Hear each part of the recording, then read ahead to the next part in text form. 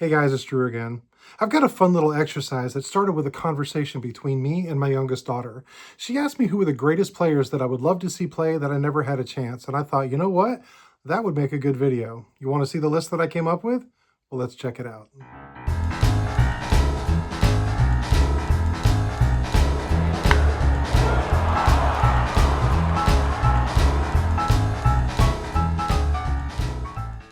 So let me go back to a story that happened decades ago, and I think it's a fun story and kind of relates into this. So this goes back into the somewhere in the 90s, and I was talking with my father, who grew up in New York City, and I grew up outside of New York City, and I was talking about, oh, Dad, you got to see such great players like Willie Mays and Hank Aaron and Mickey Mantle, and he was talking about different players that he got to see when he was growing up, and he said, well, you've seen some pretty good players yourself, and I started thinking about it, and I saw Nolan Ryan pitch, and I got to see guys like Mike Schmidt or George Brett, and both of us were kind of like, maybe we have seen some pretty good people, and while we were kind of in our own little self-ego about this conversation, my 80-something-year-old grandmother, who was pretty much deaf at that point, somehow heard what we were talking about. She looked up from her knitting and she said, when I was a teenager, a man in my church took me to see the Yankee game, and I saw Babe Ruth hit a home run.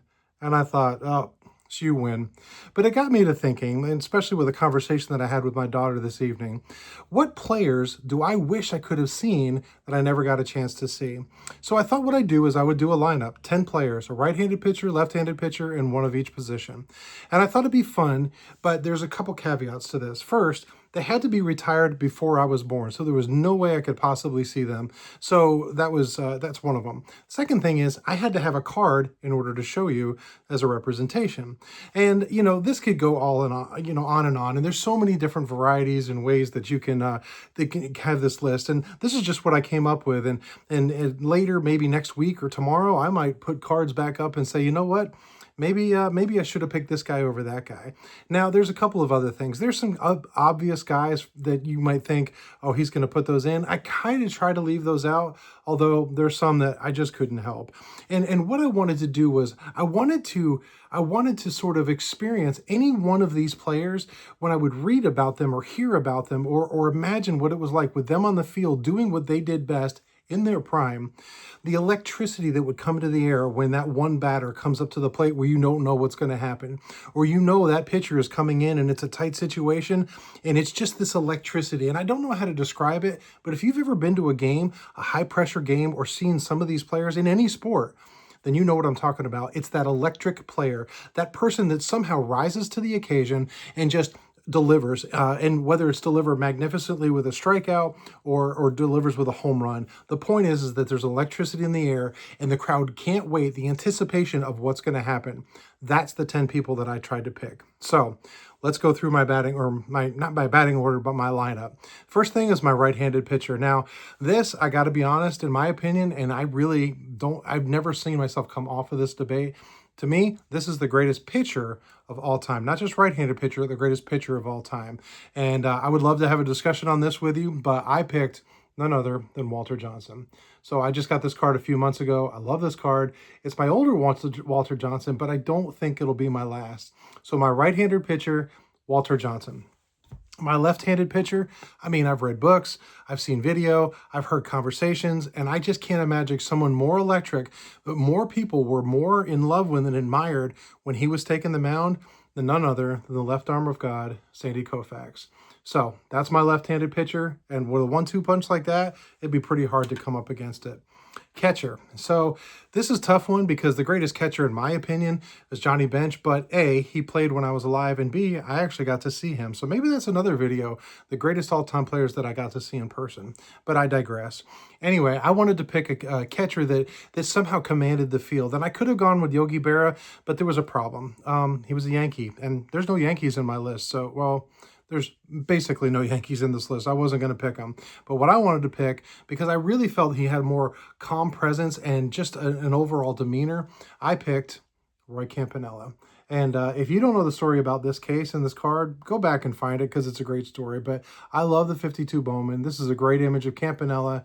And again, shows those clouds that somehow I'm just falling in love with cards with clouds. But Roy Campanella is definitely my catcher. And what a great way to go. First base, I mean, I debated this. There's a couple I have because I have a couple cards. But when I think about that electricity, that you don't know what's going to happen, when you hear about the responses and you hear about the anticipation of this player, one of the greatest players of all time, I just couldn't pick anybody else, even though there were some great players along the way that I could have gone with. I went with none other than Jimmy Fox. I mean, his nickname was the Beast. I mean, how much better of a nickname, intimidation, can you get than the Beast? They talked about how they didn't go and sign him. They had to trap him. I mean, what a great story. What a great legacy that he left, and just striking the fear into the other pitchers, into the other players. You never know with Double X coming up to the plate what was going to happen. That electricity that he brought is what I was looking for. So there's my first baseman. Second baseman, I could have gone in a couple of different ways, but I just would have loved to see him. I mean, love to see, and to be honest, I'd love to see any of these guys in their prime. But I went with Jackie Robinson as my second baseman. And I could have put him at third base, but to be honest, I had a hard time picking a different second baseman that would have fit the criteria.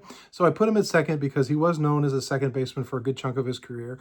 So Jackie Robinson, none other in his prime, late 40s, early 50s, dancing around the bases, his magical glove, and just the electricity he brought to be that spark plug in the team. Jackie Robinson is definitely the choice for my second baseman. Third base was kind of tough because, again, I was going to put Jackie, but I decided not to for second. So I went with kind of just an all-around great player. I mean, there's no debate that any of these guys aren't great players. But in my opinion, the best third baseman would have been Mike Schmidt. Again, I got to see him play, and he played while I was alive, obviously.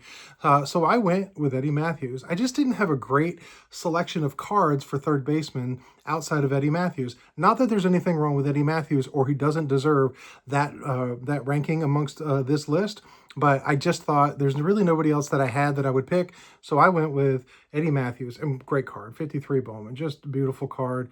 Even got the little American flag there on the top. So love of the Eddie Matthews as my third baseman. Shortstop, that was a little debatable. There was a few that I could have gone with, but it just so happens that right now I'm reading a book on this player, and the more I'm reading about his character, not his character, but his demeanor, and just the absolute reverence people had when they went to go see him play, I thought there's nobody else I'm going to pick at this point in time than none other than Honus Wagner. So Honus Wagner is my shortstop. Again, I could have gone a couple of different ways with different players.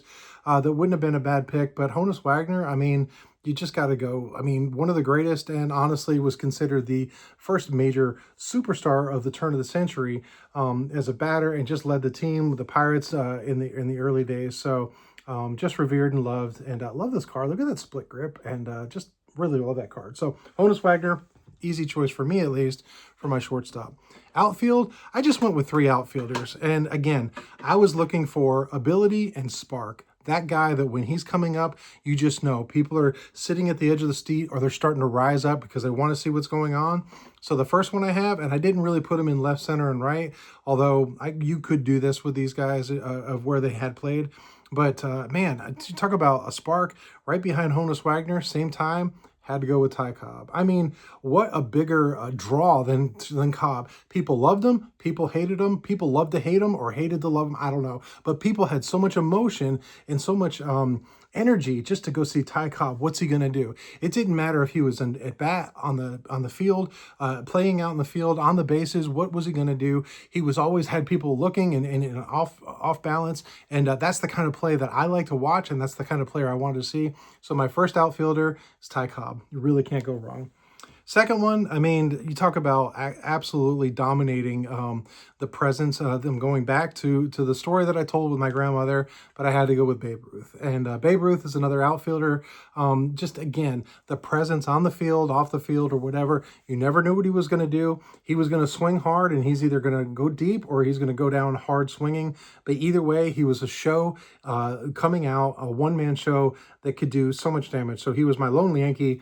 And but that's who I picked was Babe Ruth. So Ty Cobb, Babe Ruth, and then again, nothing but electricity. You talk about three different personalities in the outfield between Cobb, Ruth, and the next person. But my last is one of my personal favorites. I don't talk about him much, but I love so much about him. None other than Roberto Clemente.